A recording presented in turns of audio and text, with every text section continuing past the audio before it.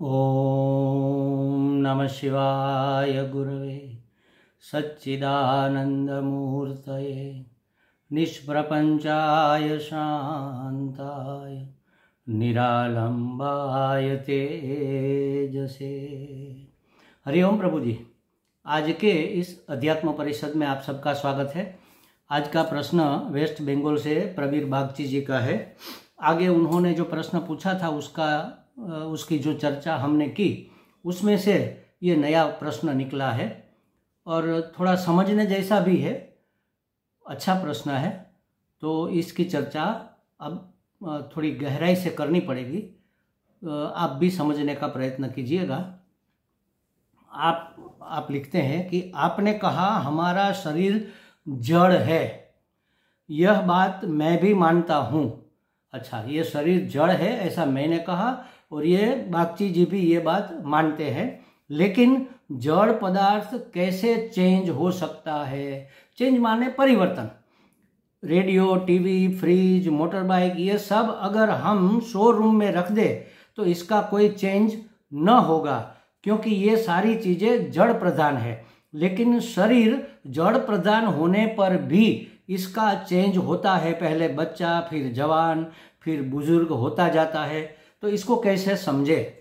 तो देखो प्रभु जी, पहले तो ये बता दूं कि ये जो जड़ पदार्थ जिसका आपने उदाहरण दिया ना, radio, TV, fridge, motor bike इत्यादि, ये भी चेंज होते हैं, लेकिन इसके चेंज होने की प्रोसेस बहुत स्लो इसलिए है कि यह जड़ प्रधान नहीं, मात्र जड़ है। और हमारा शरीर मात्र जड़ नहीं है, जड़ की प्रधानता है, लेकिन उसमें चेतन भी है, चलन भी है। इसकी बात हम समझेंगे। लेकिन हर एक व्यक्ति, हर एक वस्तु, हर एक पदार्थ, हर एक परिस्थिति परिवर्तनशील है। जैसे समझो कि आपने एक बंगलो बनाया। आप वेस्ट बंगाल में रहते हैं ना, वहां पर आपने एक सुंदर प्लॉट लेकर एक बहुत बढ़िया बंगलो बनाया। उसमें बारी, दरवाजा सब रखा हुआ, बालकनी सब रखा हुआ है। थोड़े दिन रहे और आपका शिफ्ट होने का प्रसंग आ गया। आपने किसी भी कारणवश, आपका बेटा है या आपके माता पिता है कहीं प्रदेश में, तो आपको अब वहां रहने जाना पड़ेगा। तो आप प्रदेश चले गए, लेकिन आपने सोचा कि कभी आएंगे तो इस बंगलो में ठहरने के लिए रखते हैं, इसको बेच नहीं देते, लेकिन लंबे समय के बाद आएंगे तो इसको ठीक से पैक कर देते हैं। तो आपने बारी, दरवाजा ठीक से बंद कर दिया। दरवाजे के नीचे जो स्लिट होती है ना, थोड़ी सी तिरार, दरार, उसमें भी आपने कपड़े ठूस दिए या पेपर, न्यूज़पेपर अंदर डाल दिए, ताकि बाहर से कोई मिट्टी विट्टी, कोई जीव जंतु अंदर न घुसने पाए।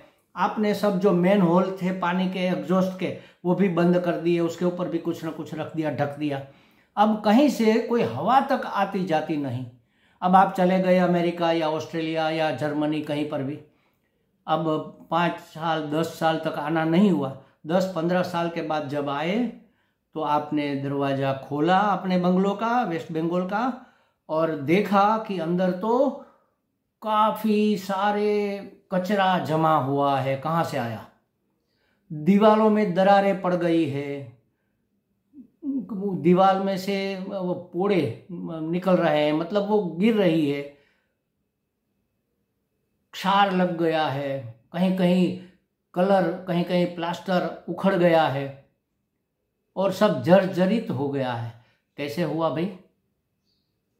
वहाँ न तो कोई रहता था, न तो कोई घिसाई पिटाई हो रही थी। फिर भी संसार के हर एक पदार्थ में षड विकार होता है। जैसे हमारे शरीर में होता है, वैसे हमारे शरीर में दिखता है परिवर्तन, उसमें दिखता जल्दी नहीं है। जैसे एक घड़ा लेकर हमने रख दिया, बिल्कुल नया, ब्रांड न्यू, और ढक कर रख दिया, 6, 8, 10 साल हो गए, फिर देखा तो उसके किनारे जर गए हैं, उसमें से कपोटी पोपड़े पड़ गए हैं, वो रेत रेत हो गया, मिट्टी मिट्टी होने लगा है, कहीं से वो फटा कटा है, या तो उसमें दरारें हो गई है, ऐसा होता है। तो ये परिवर्तन होने के बगैर तो नहीं हुआ। हमारे शरीर में भी ऐसा होता है। अस्ति जायते अस्ति, हम जन्मते हैं, फिर रहते हैं, फिर वर्धते, धीरे धीरे धीरे वृद्धि होती है, क्योंकि हमारे अंदर कैसे चैतन्य है ये भी हम सोचेंगे अभी, लेकिन हमारे अंदर चैतन्य का वास है, इसलिए इसमें वृद्धि होती है। जैसे पेड़ पौधों में वृद्धि होती है, वह भी जड़ है, वो चल फिर नहीं सकते लेकिन वंश वृद्धि कर सकते हैं, उसमें चेतनता है, वो भी इमोशन जानते हैं, समझते हैं, तो उसमें भी वृद्धि होती है। वृद्धि होती है, एक लिमिट तक होती है, फिर परिणाम को प्राप्त हो जाता है, माने जो बनने के लिए पैदा हुआ था वो बनकर अब परिवर्तित, परिणाम माने परिवर्तन, विकार हो जाता है उसमें, और धीरे धीरे वह अपक्षयति, धीरे धीरे उसका क्षय होता है, धीरे धीरे वृद्ध होता है, फिर विनश्यति, नाश हो जाता है। तो घड़े में तो नया घड़ा था और फिर बिगड़ गया, बस ये दो ही दिखता है, बीच की जो यात्रा हमें नहीं दिखती। लेकिन जो सजीव होता है, जिसमें जीव होता है, पेड़ पौधों से लेकर कीड़े मकोड़े से लेकर मनुष्य पशु पक्षी सब में वृद्धि होती है और फिर क्षय होता है, फिर विनाश होता है। तो ये षड विकार, जायते, अस्ति, वर्धते, विपरिणमते, अपक्षीयते, विनश्यति, ये 6 विकार हर एक व्यक्ति, वस्तु, पदार्थ, परिस्थिति में भी होता है, घटना में भी होता है। कोई भी परिस्थिति हमेशा नहीं रहती, हमारा स्वभाव भी बदलता रहता है, हमारी चॉइस भी बदलती रहती है, हमारे टेस्ट भी बदलते रहते हैं, क्योंकि हर पदार्थ इस संसार का, इस सृष्टि का परिवर्तनशील है। ये नटराज का नृत्य चल रहा है महाराज, लीला चल रही है, तो नृत्य में तो स्थिर नहीं रहा जा सकता ना। अणु, परमाणु, और परमाणु में भी इलेक्ट्रॉन, न्यूट्रॉन, प्रोटॉन, न्यूट्रॉन खड़ा है, इलेक्ट्रॉन प्रोटॉन उसके ऊपर ऐसे ऐसे घूम रहे हैं, नृत्य कर रहे हैं, ये तांडव नृत्य है समझ लो। तो धीरे धीरे धीरे उसमें घिसाई होती है और उसका विनाश भी होता है। तो ये प्रोसेस संसार का स्वभाव है। तो शरीर जड़ नहीं है, जड़ प्रधान है, इसमें जड़ की प्रधानता है, चेतन की सब्सिडरी है, मतलब वो उप प्रधान है, ये मुख्य प्रधान है, और फिर बाकी की सब इंद्रिय सब है। तो और जो आपने उदाहरण दिया फ्रिज, मोटर बाइक इत्यादि, वो सिर्फ जड़ है, जड़ प्रधान नहीं, सिर्फ जड़ है। अब इसकी प्रोसेस क्यों ऐसे होती है इसको समझते हैं। जब सृष्टि का सर्जन हुआ तो सबसे पहले पंच महाभूत बने, शुद्ध पंच महाभूत, उसमें कोई मिलावट नहीं थी। फिर उसमें एक दूसरे में ये सब मिल गए। जैसे समझो कि आकाश है, तो आकाश समझ लो कि 100% आकाश है, उसमें से 50% आकाश वैसा का वैसा रहा, बाकी का 50% आकाश जो था उसके 4 टुकड़े कर दिए, 12.5% और एक एक टुकड़ा हर एक भूत में डाल दिया। आकाश ने वायु में, अग्नि में, जल में, पृथ्वी में डाल दिया, और उनमें से एक एक टुकड़ा लेकर 12.5% लेकर अपने में मिला दिया। तो जो आकाश बना वो पंचीकृत, पंच महाभूतों वाला आकाश माना जाएगा। उसी तरह पृथ्वी, तो पृथ्वी में 50% पृथ्वी है और बाकी के 50% में बाकी जो 4 भूत है ना, उसके 12.5% उसमें मिला हुआ है। वायु में भी हमारे आसपास जो वायु है ना, हम अग्नि जलाते हैं माचिस से, तो कहाँ से अग्नि आई? यहाँ पर था, अग्नि तत्व था यहाँ पर, लेकिन 12.5% था, उसको हमने प्रकट कर दिया, इससे आग पकड़ ली। जैसे बारिश के मौसम में हमें बहुत गर्मी होती है, तो कहाँ से गर्मी आई? गर्मी थी इसमें। तो कहने का मतलब ये है कि पहले शुद्ध पंच महाभूत थे, अपंचीकृत पंच महाभूत कहते हैं उसको, और फिर वह पंचीकृत होकर स्थूल हुए, और पंचीकृत पंच महाभूतों से ये समग्र सृष्टि जो हमें अनुभव में आ रही है, दिख रही है, हमारी इंद्रियों के पकड़ में आ रही है, वो बनी। तो वह सिर्फ स्थूल है। स्थूल माने जड़। तो मोटर बाइक, फ्रिज, घड़ा, मिट्टी, ये जो दिख रहा है हमें सब, बिल्डिंग, टेबल, कुर्सी, ये सब पंच महाभूतों के तमस तत्व से बने हुए हैं।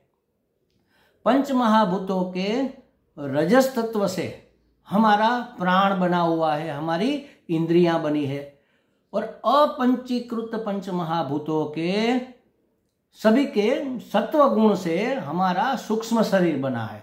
सूक्ष्म शरीर 17 तत्वों का है, वह सूक्ष्म, उसमें प्राण भी आ जाते हैं, पंच प्राण, पंच ज्ञानेंद्रिया, पंच कर्मेंद्रिया और मन बुद्धि, या तो चित्त अहंकार भी ऐड कर दो तो 19 तत्व। ये जो सूक्ष्म शरीर हमारा है, यह एक ऐसा तत्व है जो रिफ्लेक्ट करता है। क्यों? क्योंकि वह शुद्ध सत्व के समूह से बना हुआ है। प्राण हमारा रजस से बना हुआ है, ये भी शुद्ध सत्व के रजस से बना हुआ है। और हमारा ये स्थूल शरीर पंचीकृत पंच महाभूतों के तमस तत्व से बना हुआ है। इसलिए ये तो सिर्फ जड़ है, लेकिन इसके अंदर जो सूक्ष्म शरीर है, इसके अंदर माने एक है और इसके अंदर ये दूसरा है, ऐसा नहीं, व्याप्त है। इंद्रिया व्याप्त है, हमारी हर जगह है, स्पर्श इंद्रिया हर जगह फैली हुई है। तो ये 5 तन्मात्रा कही जाती है, शब्द स्पर्श रूप रस गंध। इसको ग्रहण करने वाली जो ये 5 इंद्रिया है वह 5 ज्ञान इंद्रिया है, और कर्म करने वाली 5 कर्म इंद्रिया है, और उसको चलाने वाला कर्मेंद्रियों को चलाने वाला, जीवन को चलाने वाला प्राण, 5 प्राण है। 5 उपप्राण भी है, लेकिन उसका समावेश 5 प्राण में हो जाता है।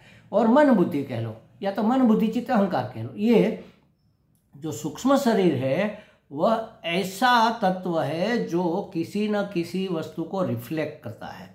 तो चैतन्य वो तो प्रकाश स्वरूप है, स्वयं प्रकाश है। हम कहते हैं ना सत्य चित्त आनंद, स्वयं सिद्ध, स्वयं प्रकाश और स्वयं आनंद स्वरूप परमात्मा अंतःकरण में, माने हमारे सूक्ष्म शरीर में, अंतःकरण में प्रतिबिंबित हुआ। तो सबसे पहले चैतन्य बुद्धि में प्रतिबिंबित हुआ, बुद्धि से मन में गया, और मन बुद्धि जब साथ में न मिले हो तो कोई इंद्रिया काम नहीं करती। हम देखते हैं मन कहीं और है तो देखते हुए भी हम नहीं देख पाते, तो वह इंद्रियों में फैला। इंद्रिया पूरे शरीर में है, तो पूरे शरीर में चेतनता आ गई। तो ये जड़ शरीर जैसे उस चेतनता के कारण बढ़ता है, घटता है, क्षय होता है, ये हमें दिखता है, इसमें परिवर्तन दिखता है। शरीर तो जड़ है, जड़ ही है। ये स्थूल शरीर बिल्कुल जड़ है, सूक्ष्म शरीर मिश्रित है, उसमें पंच महाभूतों के गुण है, साथ में चैतन्य का प्रतिबिंब है। इसलिए वह हमें, जैसे समझो कि जल में सूर्य का प्रतिबिंब गिरता है और जल हिलता है, तो हमें वो प्रकाश हिलता हुआ लगेगा। सूर्य अंदर जो प्रतिबिंबित है वह भी लंबा चौड़ा होता हुआ हिलता हुआ लगेगा। तो जड़ पानी, जड़ पानी हिल रहा है, तो उसके अंदर प्रतिबिंबित जो प्रकाश है वो भी हिल रहा लगता है हमें।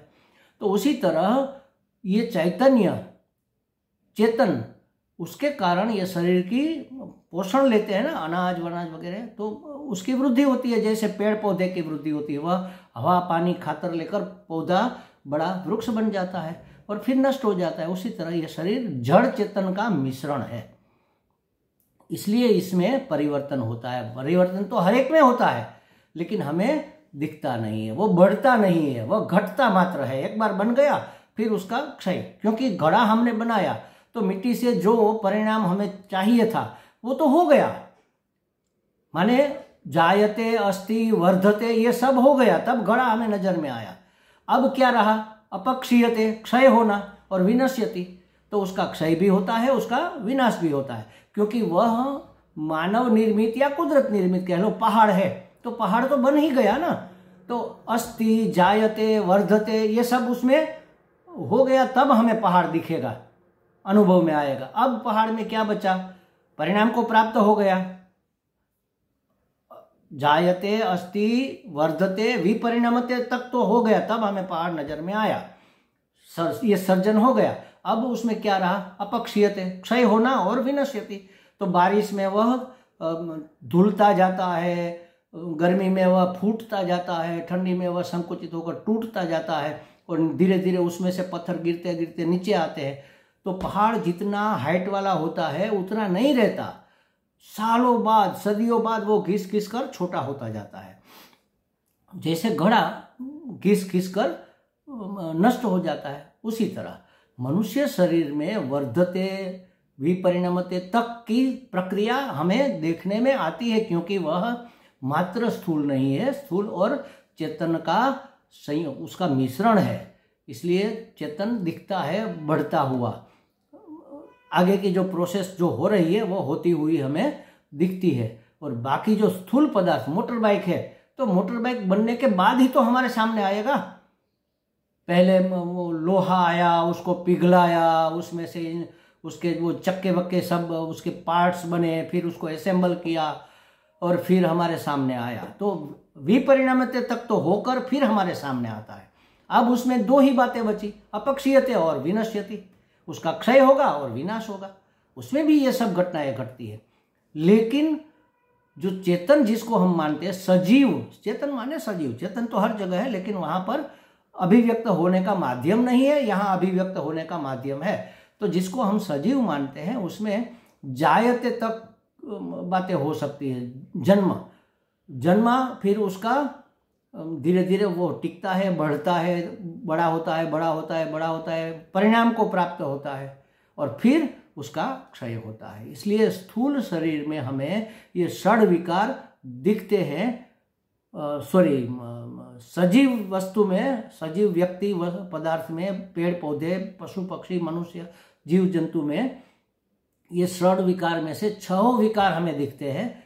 और जो जड़, जिसको हम मुख्यतः जड़ कहते हैं, जड़ प्रधान नहीं, जड़, जैसे मोटर बाइक, जैसे फ्रिज, ये सब, उसमें 3-4 कदम तो हो गए ना। अस्ति जायते वर्धते विपरिणामते तक की बात हो गई, तब हमारे सामने आया। फिर उसमें अपक्षीयते और विनश्यति, सिर्फ 2 ही घटना, या समझ लो विपरिणामते बन गई तो हमारे सामने आ गई, 3 घटना कह लो। घड़ा बन गया तो हमारे सामने आ गया। तो बनना, परिणाम को प्राप्त होना, अब क्षय होना और विनाश होना, इतना ही बचा। ये तो उसमें भी दिखता है। उसके पहले की बात में हम उसको मोटरसाइकिल नहीं कहते, उसके स्पेयर पार्ट कहते हैं, वो इकट्ठा हो गया, अवयव। तो इसलिए उसमें भी ये षड विकार होते हैं और हमारे में भी षड विकार होते हैं। वह सिर्फ जड़ है, हम जड़ प्रधान है। हमारा स्थूल शरीर, मुख्यतः स्थूल शरीर जड़ वस्तु है, उसके अंदर सूक्ष्म शरीर सेकेंडरी, उप प्रधान है। और फिर इसमें इंद्रियां, ये सब बाकी जो अवयव जो भी है अंदर, हड्डी, मांस, मज्जा, ये सब तो जड़ है। उसमें हम चलता फिरता, ये हमारा ब्लड, ये पाचन होती हुई क्रिया, हमारा चेता तंत्र, अस्थि तंत्र, ये सब उसमें मिला हुआ है। तो प्रधानतः हम जड़ है, संपूर्णतः जड़ नहीं है। और बाकी पदार्थ संपूर्णतः जड़ है, इसलिए उसमें आगे की प्रोसेस हो गई। अब अपक्षीयते और विनश्यति 2 ही दिखना बाकी है। तो बात तो हर एक में लागू होती है। जब सर्जन हुआ तो मनुष्य, पशु पक्षी, पेड़ पौधे जब पैदा हुए तो उसमें वृद्धि और सहो विकार दिखते हैं, और बाकी की वस्तु में हो चुके हैं, इसलिए नहीं दिखते हैं। हमें लगता है प्रवीर बागची जी को कुछ स्पष्टता हो गई होगी। हरि ओम।